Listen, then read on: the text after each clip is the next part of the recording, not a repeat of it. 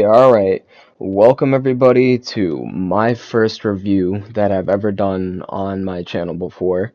And we're gonna be starting with the Marvel movie Thor: Love and Thunder because I went and saw it about 2 days ago and it was good enough to warrant me sitting down and trying something new for the channel.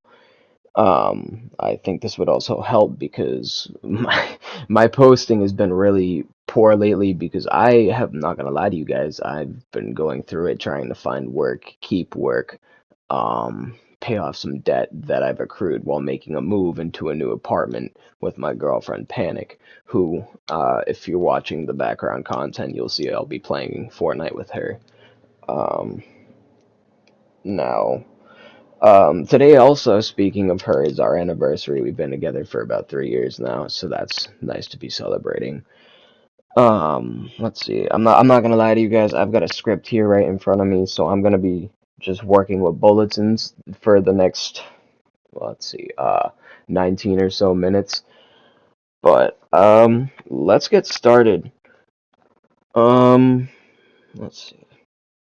I did have a script set up for my buddy who was going to be here, but unfortunately he had to take off.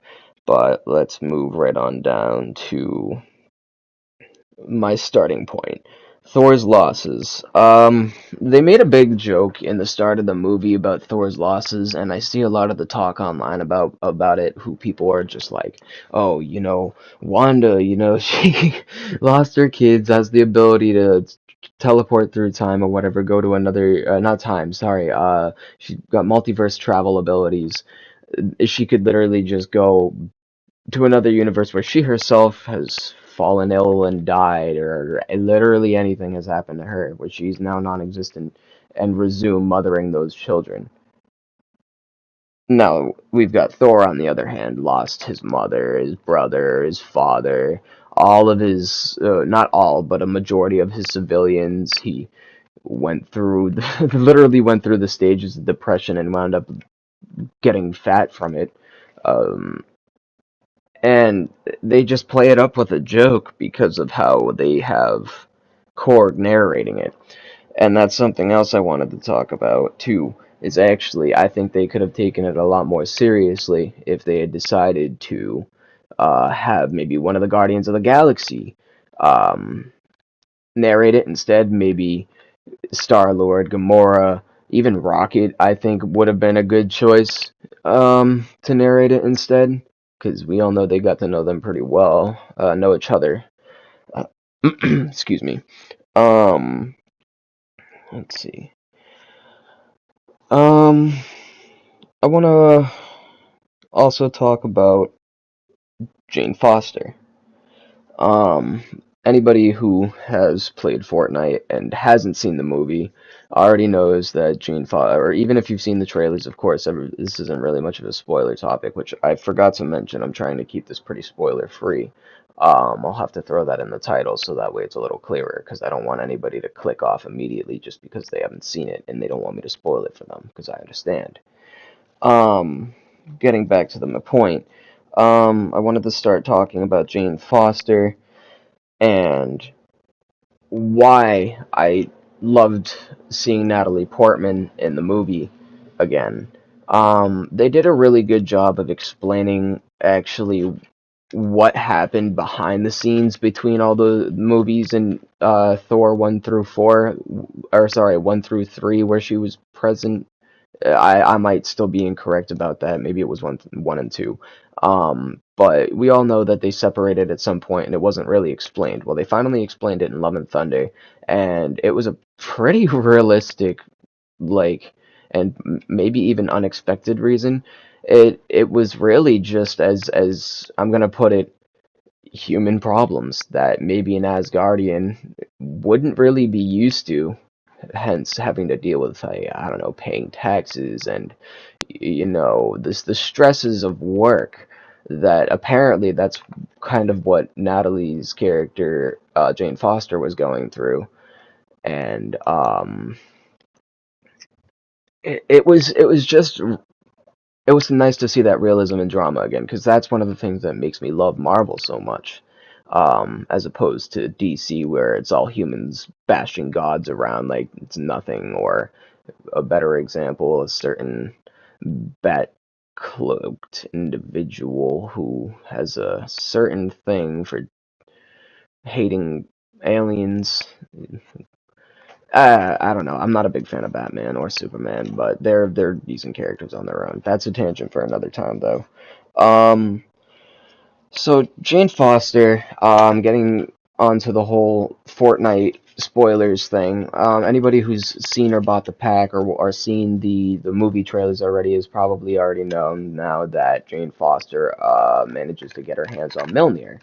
And anybody who watched Ragnarok knows that Hela, God's Thor's sister, the goddess of war and death, I think, broke the hammer like it was a foam cube, like we were breaking in our childhoods, and just shattered the thing completely. Now, without giving away any too many spoilers, I just want to say that Jane has figured out a way to put the hammer back together. Um, Although it could call it more of an accident, again, trying not to spoil anything. But she manages to get the hammer back together. And it's pretty cool what she can do with it when she throws the hammer as opposed to when Thor used to do it before it got shattered. She can do this fragment attack, or call it a shrapnel attack, where the hammer breaks apart. And it is probably one of the coolest things I think I've ever seen before. Hands down, one of the coolest Thor moves ever. Besides maybe watching Stormbreaker cut through the Infinity Gauntlet, like the Infinity Gauntlet attack, like a knife through cheese, string cheese, lots of colorful string cheese. Let's see. I need to switch to the next page. I think that's the most I can say about Jane for now without getting into spoiler territory. So eventually we're gonna talk about Gore. Um, I just want to say that his actor, freaking Christian Bale, man, played him so well. Man, we'll get to that later though. We're gonna start talking about Valkyrie right now. Valkyrie, I really liked her character in Ragnarok. Don't get me wrong. Her actress did a fantastic job, just like last time. But I can't, in this very moment, even when I was writing this script earlier, I sat and thought for a little while. I could not think of anything notable. But besides maybe her flirting with the. Oh, you know what? I can't say that. That's a spoiler. I can't. That's probably one of the only things that really stuck out to me.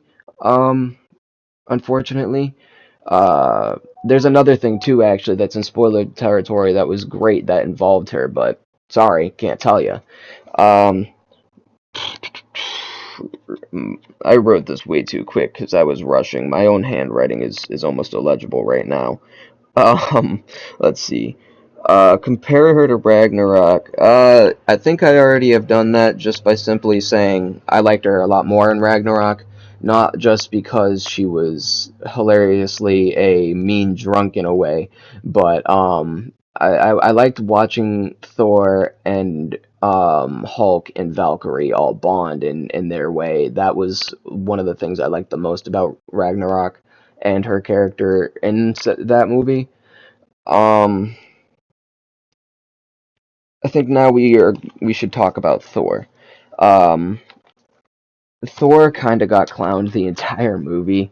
It was like, especially now again, comparing to Ragnarok, watching him go through all that trauma dealing with Hela and then losing Loki in Infinity War. Sorry, Endgame. I think, yeah, Endgame.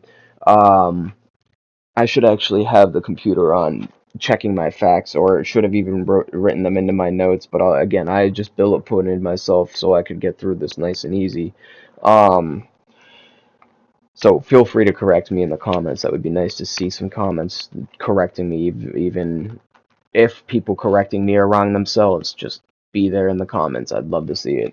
Um, Thor got clowned the entire movie, starting with, you know, Korg's telling of his story, especially like even later, because Korg narrates, I think, three different times after different points, like major points in the story, and it was just hard to take it seriously. It was actually they made so much fun in the movie where even when it was just such a comedy show that even when Gore, who was supposed to be super intimidating, which we'll get to that later because I really want to talk about that, how great he was, because of what I'm about to say now may make it sound like I feel otherwise. It made Gore look a lot less intimidating because I wanted to be scared of him in a way, or even just feel the intensity. But I had just finished laughing 5 minutes ago because some funny freaking shit had just happened. Like for example, um, Thor literally gets his clothes ripped off by a more powerful god who I will not name, simply out of the sake of not spoiling anything. I just realized I also might need to hurry things up because I'm not even halfway through my notes and I'm almost halfway through our time. Um, it was hilarious. He literally, the other god made a motion of a flicking motion as he had Thor restrained, and because Thor was wearing a cloak over his armor to hide that he was an Asgardian. They were hanging out a bunch amongst some other gods, um, trying not to breach spoiler territory. I can say actually Thor made a reference to the Mayan, or I think maybe actually Aztec god, Quetzalcoatl, which was awesome because I like playing Smite and I used to main him. So that's just a nice little reference that I can pull out there from some personal experience. My closest experience with gods I'll ever have. Um, Thor is literally restrained, and instead of getting just his cloak torn off, his whole costume, his armor all comes off with it. And Thor gets absolutely upset. He goes, "You flicked too hard!" Like, and just watching Chris Hemsworth express that much, like, embarrassed anger in Thor's character it was just great for me. I really enjoyed that. It was very funny. Um, let's see, what's some other jokes? I do think I wrote some of the other funny, memorable moments that they did that I actually enjoyed, despite the fact that I'm supposed to be complaining that they made it too much of a comedy show. I know I'm kind of arguing against myself here, um, but oh, for example, going back and bringing up Jane Foster, when he finally reunites with her and sees that she has Mjolnir. Um, he actually tries to take it from her at one point, not physically by like going up to her and taking it from her hands or anything like that, like some sort of an asshole. But he was standing across the room watching her with Mjolnir, and was trying to call it. He was doing a little finger thing, trying to just gently pull it from her hands, and was getting nothing, and it made him very upset. I want to actually talk about the weapons that involved in the movie Stormbreaker, Mjolnir, and one other that I cannot name till later in this segment. But oh, it's just somebody came on my notification. Sorry, I got ADHD wicked bad. Any sudden noise will distract me like crazy. Um, go over the nudity joke. Oh,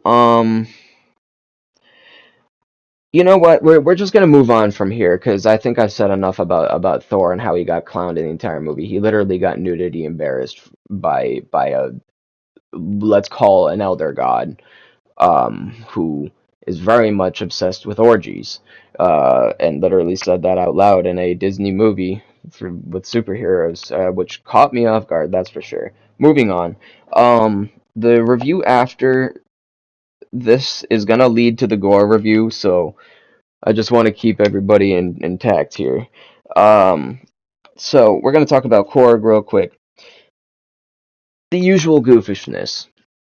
nothing much changed about Korg. I mean, he did his usual badass role and when he needed to throw some weight around, even though he's ironically extremely fragile. Like, you compare him to the durability of the Thing, and who is, funny enough, practically you could probably if they ever do a new Fantastic Four, they could funny enough say that the Thing is actually somehow just imagine that the Thing was the result of some crazy experiment using one of these rock guys that Korg is in their DNA somehow, if it was even possible. Like that would be a pretty crazy MCU like tie up. We all know they like to do that and change information like they did with Miss Marvel, but we're not talking about Miss Marvel right now. Korg nearly died, and I know that's a huge spoiler, but we all know if we've watched the previous movies that he's shockingly invulnerable to damage, even though noting his ironic fragility. It's confusingly inconsistent. But he has near invincibility by technicality because apparently uh, their faces are the only uh let's say like because they don't have brains or any other organs like that. The if you want to kill whatever he is, you have to destroy the face. Done. End of story. Kind of neat to know. Um, so I saw somebody mention that apparently Korg said in Ragnarok that he had a mom, but apparently in this movie now he has two dads, which I'm sure Disney, if they were asked about that, they would just say, "Oh, on their planet, they're spawned by the two dads, and then they're raised by the mom," or some weird thing to try and do their thing that they're doing now. Um, but I thought it was kind of cool actually because I had forgotten about him having a mother. I just thought it was neat that they had this childish idea of reproduction for their like I think somebody at the direction studios was like, here, for every kid who's ever been like, where do babies come from? We're gonna tell them that it comes from holding hands, because that's exactly what makes babies in with Korg species. Two of their males hold hands and stand in a lava pit, and bam, baby comes from the hands. Sounds like some like anime girl. Don't hold my hand, you'll get me pregnant. Fucking bullshit, bro. Like, I don't know. It's neat in a scientific aspect because we all know that there's creatures out there that can reproduce fucking asexually, change their anatomy if there's not enough females around to reproduce some crazy shit. So it doesn't shock me that an alien rock person reproduces in such an interesting way. They also used that opportunity to make a joke later on when everything was over. Korg went on and found love of his own with a rock named Dwayne. Bam. Dwayne the Rock Johnson joke. Easily made by them. I remember sitting there in the studio.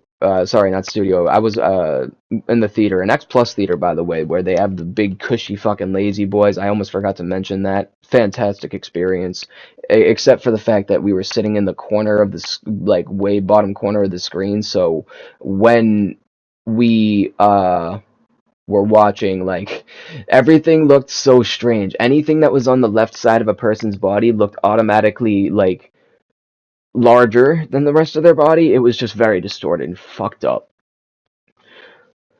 Alright, finally gonna talk about gore. I only have a few minutes left to do it, so I gotta hurry up here. Let me just I'm gonna take a minute here. I'm gonna sum up my time pretty well with this. It's gonna be a close call. So, we already talked about how awesome Christian Bale was. I think he was wicked intense, despite the fact that, like, I know I complained that the other funny moments made it hard to take his intensity seriously, but I managed in one scene where he had actually captured our some heroes we like. Can't say who or exactly how, but yeah, he did. And he was doing that creepy like villain relation thing where he's like, "Oh, this happened to you, and that happened to me too in a certain way." you're just like me. You just don't realize it. You know, that usual thing. But Christian in his British accent that he gave our villain Gore actually yeah, I think I actually wrote in here I wasn't supposed to say Gore's name, but I might have accidentally missed that in my notes because I think saying that no, Gore's in the trailers too. Okay, I'm safe. Nobody can get mad at me for that. Getting back to the point, he was just fantastic. Super intense when he needed to be. Um, I don't know what else I have to say about Gore without spoiling anything. His sword, all black, the Necro sword, it it's a lot like it's a lot like Thor's hammers. For some reason though, it displays just a tiny amount of sentience, and they did that a lot in this movie actually because the Stormbreaker was doing it multiple times throughout the movie. Like they kept making this joke that uh Stormbreaker and Mjolnir were like Thor's ex and current girlfriend in a way almost. And it was funny, it really was. But like at the same time, they kept showing the sentience in the weapons, what makes me have questions. I almost forgot. He spawns shadow creatures like he just like Pitch Black from Rise of the Guardians, that DreamWorks movie. He just stabs his sword into the ground, and these black creatures will come out of it. It's a lot like I couldn't think of anything but Pitch Black when he was doing it. But I gotta wrap this up here, guys. I hope you enjoyed my entire review. Thanks.